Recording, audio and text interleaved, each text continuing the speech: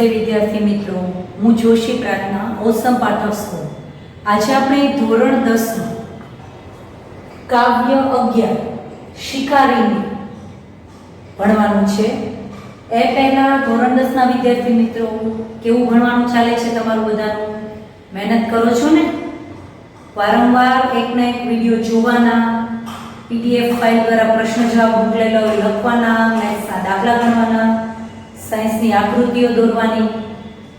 સરસ રીતે મહેનત કરવી પડશે આપણે આ બધાનો સામનો કરતા અને ગુજરાતીમાં મેં કીધું એમ દરરોજ કર્તાકૃતિ બોલો છો, બોલવાના દરરોજ. આપણે આગળ જોઈએ કાવ્ય 11 શિકારી. એના કવિ છે કલાપી. કલાપી એનું ઉપનામ છે, તખલ્લુસ પણ કહેવાય. પૂરું નામ છે સુરસિંહજી તક્ષસિંહજી ગોહેલ. મૂર્ધન્ય કવિ છે કલાપી અને અમરેલી જિલ્લાના લાઠી ગામમાં રાજવી પરિવારમાં જન્મ છે એનો. રાજવી પરિવાર, રાજા મહારાજાથી પરિવારમાં એનો જન્મ છે. હવે એના જે સુપુત્ર હોય રાજા મહારાજાના, જે કુંવર હોય, રાજા હોય, એને તો શિકાર કરવાનો શોખ હોય, એ તો શિકાર કરવા જતા હોય. અમરેલી જિલ્લાના લાઠી ગામના વતની, યાદ રાખજો. કવિ કલાપી છે એ રાજવી પરિવારના છે, એને તો શિકાર કરવો ગમતો હોય, છતાં પણ અહીંયા શિકારીને એટલે એક યુવાનને કે આપણે બધા મનુષ્યને, સમાજને કવિ કલાપી કહે છે કે તું રહેવા દે, શિકાર કરવો નથી. બધા જ રાજા મહારાજા હોય, કુંવર હોય, એ તો શિકાર કરવા જતો, એનો શોખ હોય. પણ અહીંયા કલાપી વિપરીત પરિસ્થિતિના છે. મગજ એનું એવું છે, એ ના પાડે છે શિકારીને, એટલે કે શિકારીને તો કહે છે પણ એના દ્વારા ગમે તે યુવાનો હોય, માણસો હોય, સમાજને કહે છે કે પ્રકૃતિ છે ભગવાને તમને ભોગવવા માટે, ઉપભોગ કરવા માટે એવી છે, ઉપયોગ કરવા માટે નથી આપી. તમારે એનો લાગણી પ્રેમથી ઉપયોગ કરવો જોઈએ, એને પોષવું જોઈએ. વસુદેવ કુટુંબકમની ભાવના દર્શાવી છે અહીંયા. પૂરું નામ શું છે કલાપીનું? સુરસિંહજી તક્ષસિંહજી ગોહેલ. જોડકામાં આવશે વિદ્યાર્થી મિત્રો, કર્તાકૃતિ, સાહિત્ય પ્રકાર ખાસ યાદ રાખવાના. શિકારીને કલાપી સુરસિંહજી તક્ષસિંહજી ગોહેલ. અમરેલી જિલ્લાના લાઠી ગામના વતનીને રાજવી પરિવારમાં જન્મ. કોને આ કાવ્ય કહે છે? શિકારીને, યુવાનને કે સમાજને કે શિકાર કરવાનું રહેવા દે. આખું કાવ્ય છે એ અનુષ્ટુપ છંદમાં છે. છંદ પણ આપણે લાઈવ લેક્ચરમાં સમજી ગયા. અનુષ્ટુપ છંદ કોને કહેવાય? કે 8-8ની જોડી હોય અનુષ્ટુપ છંદ. તો આપણે શબ્દ ગણી લઈએ. 1 2 3 4 5 6 7 8. 8 આવ્યા. 1 2 3 4 5 6 7 8. બીજા 8 છે. 8-8ની જોડી હશે. બે પંક્તિ 8-8ની જોડી હોય એટલે અનુષ્ટુપ છંદ. તમને એમ પણ પરીક્ષામાં પ્રશ્ન પૂછાય કે શિકારીની કાવ્ય કયા છંદમાં લખાયેલું છે? તો છંદનું નામ શું છે? અનુષ્ટુપ છંદ. આ યાદ રાખવાનું કે અનુષ્ટુપ છંદમાં લખાયેલું છે.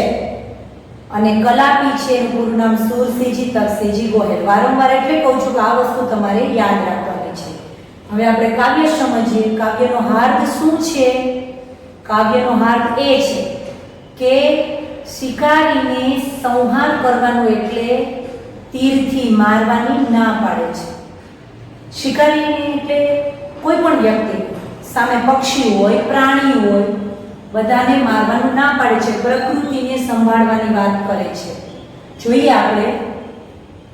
રહેવા દે આ સંહાર યુવાન તું. યુવાનને કહે છે કે સંહાર. સંહાર એટલે નાશ કર, ઈ રહેવા દે.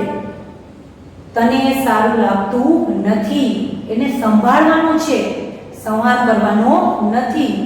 ઘટે ન ક્રૂરતા આવી વિશ્વ આશ્રમ સંત.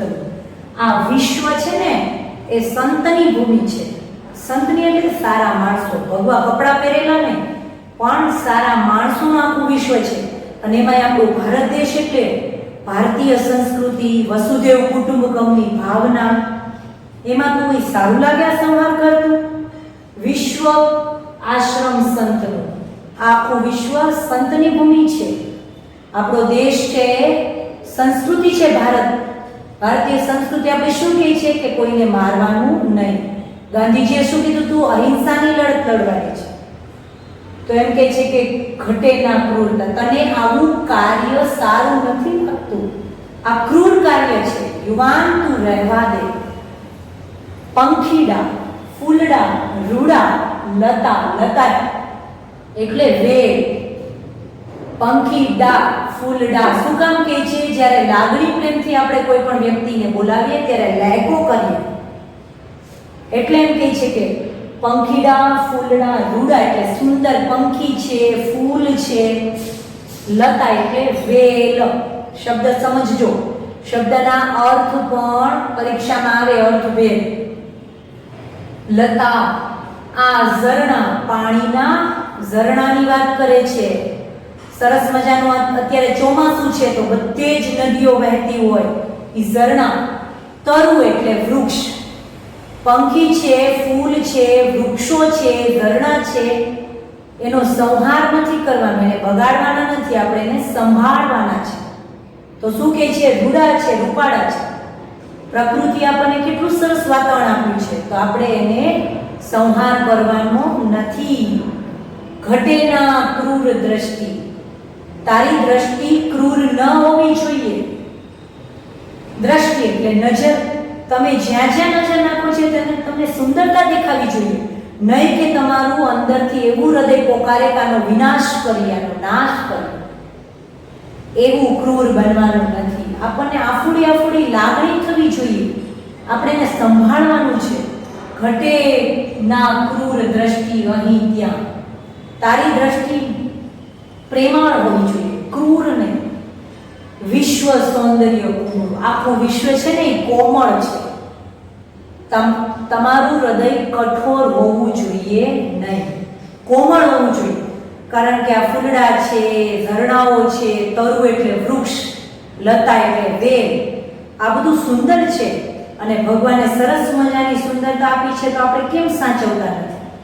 અત્યારે આપણે વૃક્ષો કાપી નાખીએ છીએ, પંખીઓનો પક્ષીઓનો શિકાર કરીએ છીએ, આપણા પગ ઉપર જ કુવાડી મારીએ છીએ. કારણ કે ભવિષ્યમાં આપણને જ ઓક્સિજન ઘટશે, આપણે જ પ્રાણીઓ તરફથી આપણને જે મળે છે, વનસ્પતિ તરફથી આપણને જે મળે છે, એનો વિનાશ થશે. અત્યારે સરકાર ખૂબ જાગૃત થઈ છે, બધા મોટા મોટા શહેરોને નંબર આપે છે. આપણો રાજકોટનો નંબર 6થો નંબર છે સ્વચ્છતા. વૃક્ષો હશે તો વરસાદ આવે, વૃક્ષો હોય તો સુંદરતા લાગે. આ બધું ખૂબ મહત્વનું છે. પ્રકૃતિને સાચવવી જોઈએ, કારણ કે આપણું શરીર પણ પંચતત્વનું બનેલું છે અને ભગવાને ચક્ર વ્યવસ્થિત ગોઠવેલું છે. એમાં આપણે પ્રદૂષણ ફેલાવીએ છીએ, આપણે એને ખોરવીએ છીએ. તો શું કહે છે આવા કવિ લેખકો છે ને, એ પ્રકૃતિને સાચવવામાં પણ કામ આવે એવા કાવ્યો લખે કે માણસને ખબર પડે કે પ્રકૃતિને, પશુને, પક્ષીને સાચવવા જોઈએ. પ્રાણી સંગ્રહાલય નથી જેમાં પશુઓ સચવાય છે, પક્ષીઓ સચવાય છે, એવી ઘણી સંસ્થાઓ છે કે જેનું ધ્યાન રાખે છે. એમ આ કવિ પણ કહે છે કે તારું હૃદય ક્રૂર હોવું જોઈએ નહીં, રહેવા દે.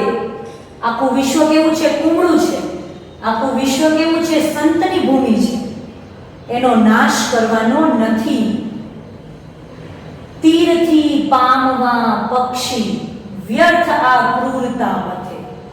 જો તું તીરથી પક્ષીને પામીશ ને તો એ તને મળશે ને, પામવા માટે તું ઝંખીશ તો.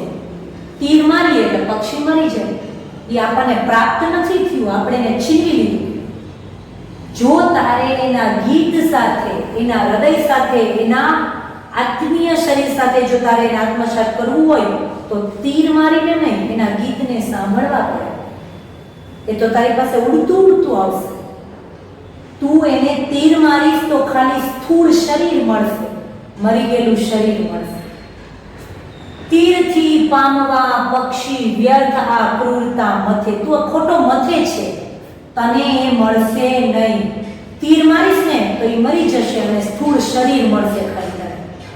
એ આખું પક્ષી તું પામવા માંગ ને એ મળશે. પક્ષીને પામવાને તો છાનો તું સૂળવી, તીરથી પક્ષી તો નાના કિંતુ સ્થૂળ મળી શકે, શરીર મળે. પક્ષીને તું તીર મારીશ ને તો સ્થૂળ શરીર મળશે. જો તારે એને એની આત્મા સાથે, પક્ષી તેના પ્રભુ સાથે હૈયામાં મળશે તને. જો તારે પામવું હોય ને તો છાનું માનું એના ગીત સાંભળ, ધીમે ધીમે એની સાથે આંખથી આંખ મિલા, એની બાજુમાં જઈએ એને પંપાળીએ, દાણા નાખીએ તો એ તને એની આત્મા સાથે મળશે. પક્ષી તેના પ્રભુ, પ્રભુ એટલે એની આત્મા, આપણો આત્મા છે એની આત્મા હોય, પ્રભુ સાથે હૈયામાં મળશે. ત્યહને એટલે તને. જો તું એને તીર મારીશ તો એનું ખાલી સ્થૂળ શરીર જ મળશે.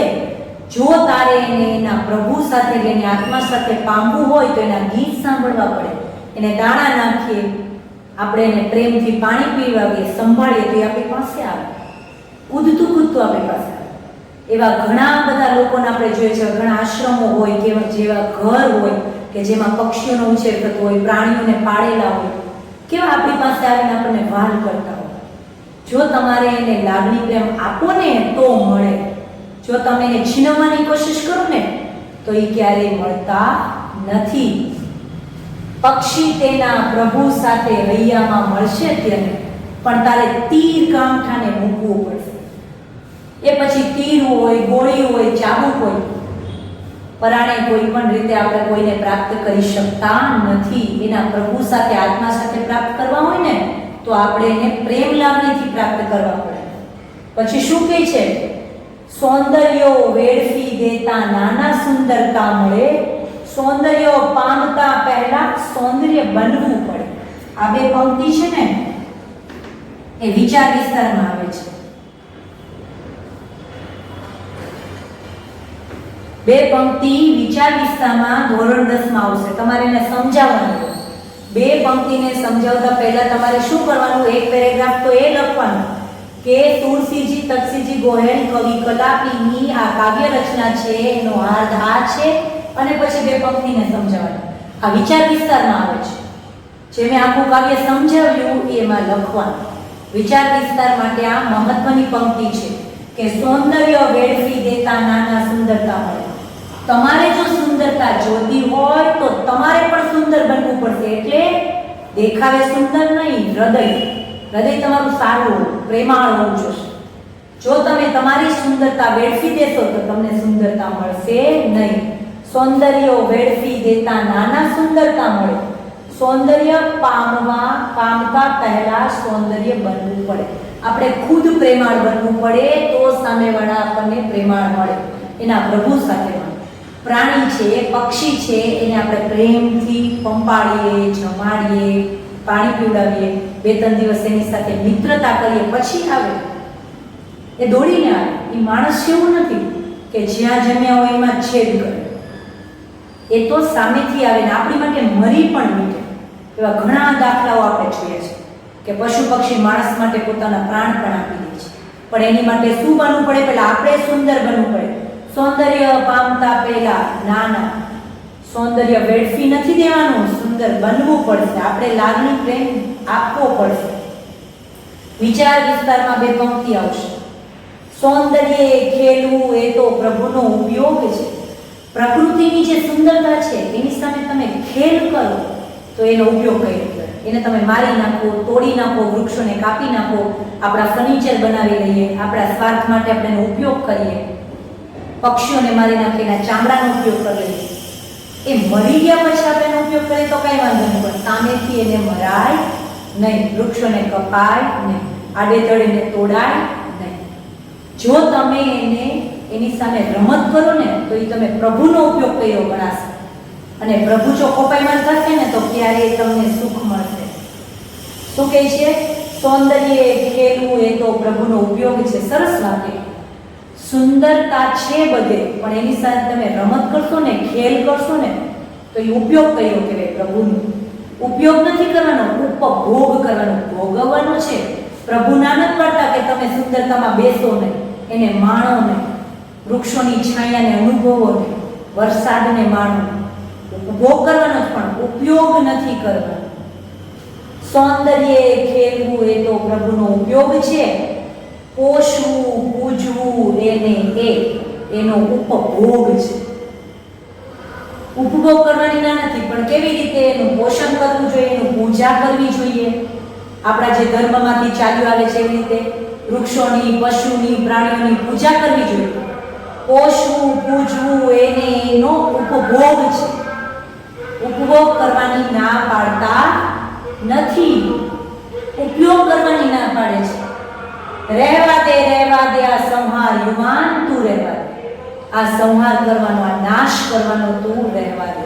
કેવું સરસ કાવ્યમાં ભાવાર્થ છે કે તારે શિકાર નથી કરવાનો, એને ભોગવવાનું છે.